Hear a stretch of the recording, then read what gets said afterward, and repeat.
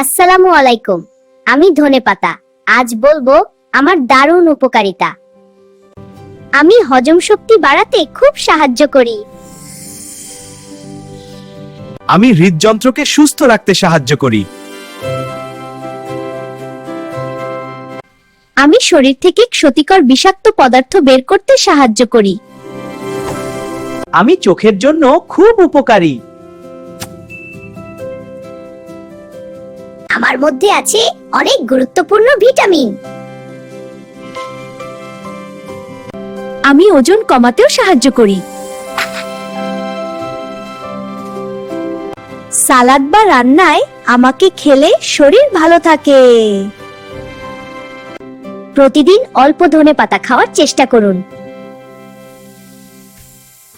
ভালো লাগলে like, comment, share আর VIP media BD subscribe করতে ভুলবেন না।